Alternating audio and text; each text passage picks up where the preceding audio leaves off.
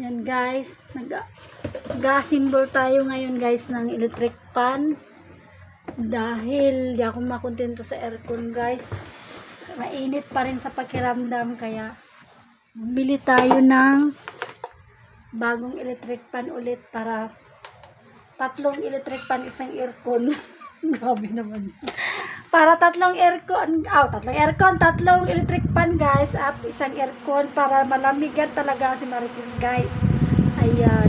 Oh, lamig ng ano. Ang lamig.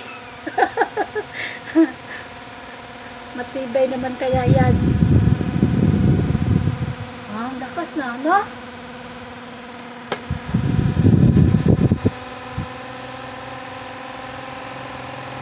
Ah, diba? Mananamigan na si Marites guys. Lang guys, share ko lang yung happiness ko.